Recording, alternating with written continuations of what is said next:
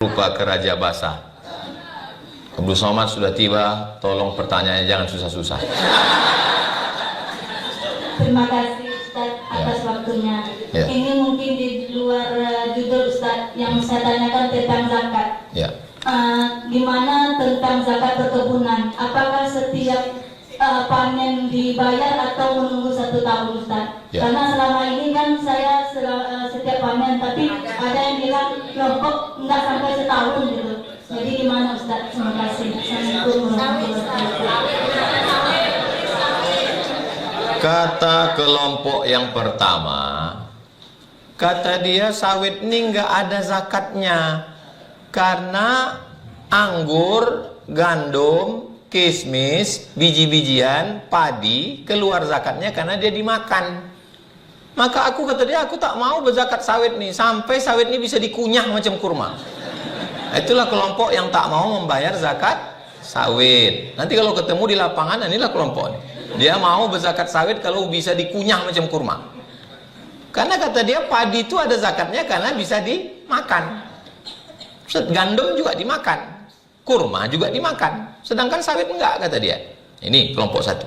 Kelompok dua, kata dia sawit ini sama macam zakat harta. Jadi kalau harta nisabnya 2,5%. Asal dapat 2,5% keluarkan. Dapat 2,5%. Jadi kalau 1.000.000 2,5% 25.000. Kalau 10 juta 250.000. Kalau 100 juta 2,5 juta. Kalau 1 miliar 25 juta. Mudah-mudahan zakat ibu 1 miliar. Amin. Dari bunyi aminnya macam kurang yakin. Nah, ini kelompok yang mengkiaskannya kepada zakat harta, tijarah. Yang satu lagi kata dia, walaupun tak bisa dikunyah, saya tetap mengkiaskannya kepada ziraah tanaman, maka zakatnya 5%. Kalau tanaman kan 10%, 10% kalau tak ada hujan. Karena dia tergolong ada upah meruning, pupuk, maka di tukang panen ada biaya operasional, maka dia masuk tanaman yang dipotong 5%, maka zakatnya 5%. Jadi kalau ada nanti ustadz yang ceramah, tak ada zakatnya karena tak bisa dikunyah, kelompok satu. Ada zakatnya, dikiaskan kepada tijarah, kepada harta 2,5%. Zakatnya 5% karena dikiaskan ke tanaman. Tapi Basnas lebih condong ke 2,5%. Tapi kan mesti setahun disimpan Pak Ustadz. Hadis tentang menyimpan setahun haul, hadisnya hadis dhaif, kata Syekh Yusuf Al-Qardawi. Maka boleh mengeluarkan tanpa haul. Ini kelompok pertama. Kata dia nggak ada pakai haul, keluarkan aja. Itulah yang dipakai Basnas, Pemko, Pemda, Pemprov, zakat potong atas. Begitu turun gaji, potong. Bukan cuma duit gaji yang dipotong, duit tunjang, duit sipak, duit sundul, duit tanduk, duit sikut, semua potong. Ini. Jadi tak nunggu setahun. Kata yang mengatakan dia pakai haul, kalau ada yang mengatakan mesti ada haul setahun, kenapa dipotong tiap bulan? Ta'jiluz zakah qabla awaniha, mengeluarkan zakat sebelum masanya. Jadi kalau sudah dikeluarkannya tiap bulan, udah keluar nih tiap bulan, keluar bulan ini, keluar, nanti setelah setahun tak dikeluarkan lagi karena sudah dikeluarkan sebelum masanya.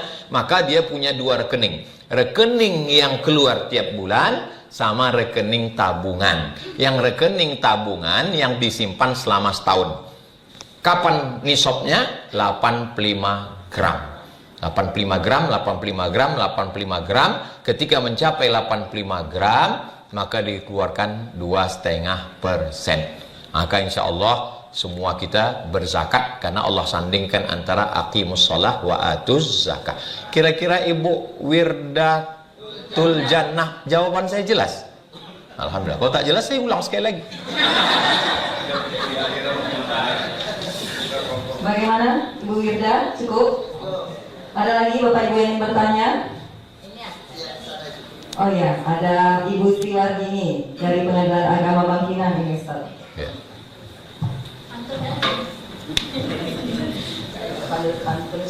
Ya. Assalamualaikum warahmatullahi wabarakatuh. Waalaikumsalam warahmatullahi wabarakatuh. Sebenarnya tadi lama, Ustaz. Ya. Aku kebetulan anak gadis saya kerja di bank. Ya. Jadi banyak yang bilang pegawai bank itu haram gajinya. Ya. Sementara saya lihat anak saya sering lembur ke malam. Ya. Pada jam 11, jam 12, Ya. satu minggu pun lembur. Ya.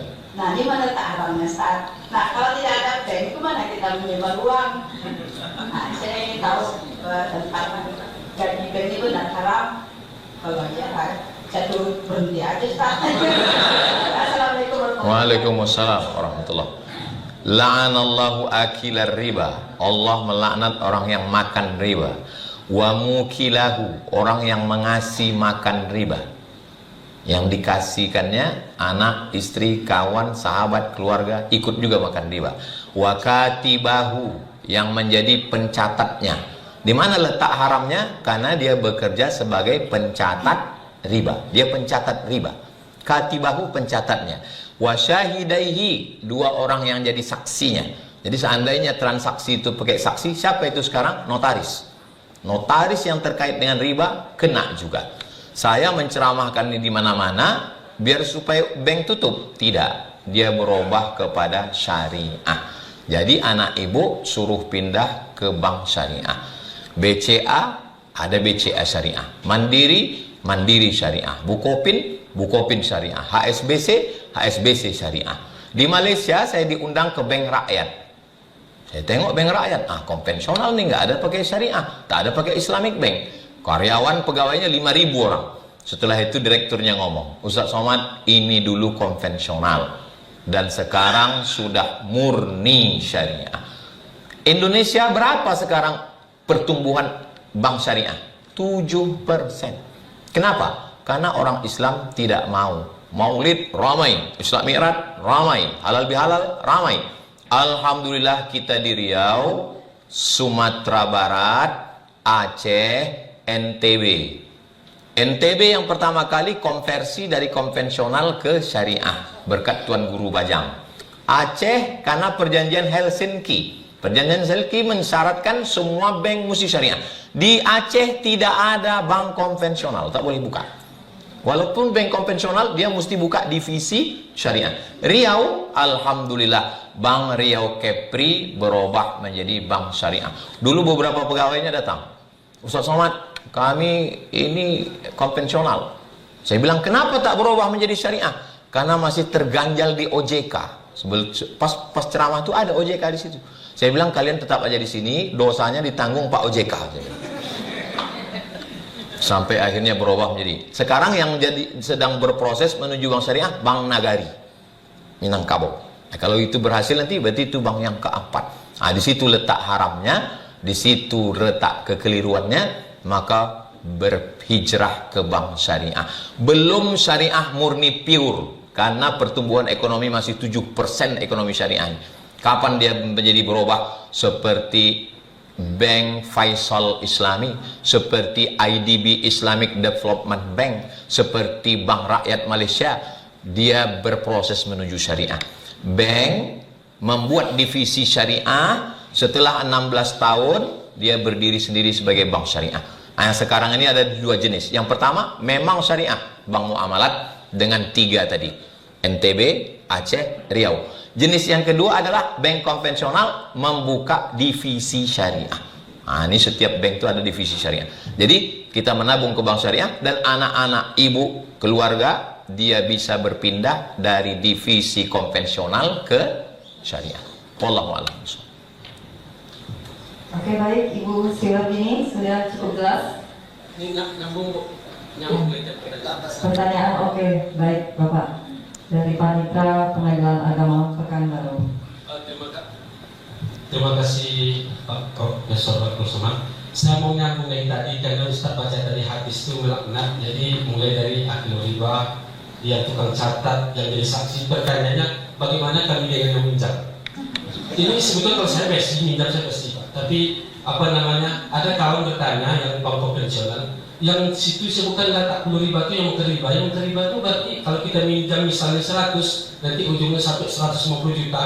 Nah riba itu 50 juta, yang mati kan orang bank. Nah kita ini kewajiban bayar utang.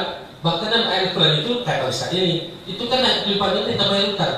Apa kita tidak mau bayar utang ini? Itu yang berbedanya. Jadi posisi minjam bukan posisi yang bekerja seperti anak KAD. Itu namanya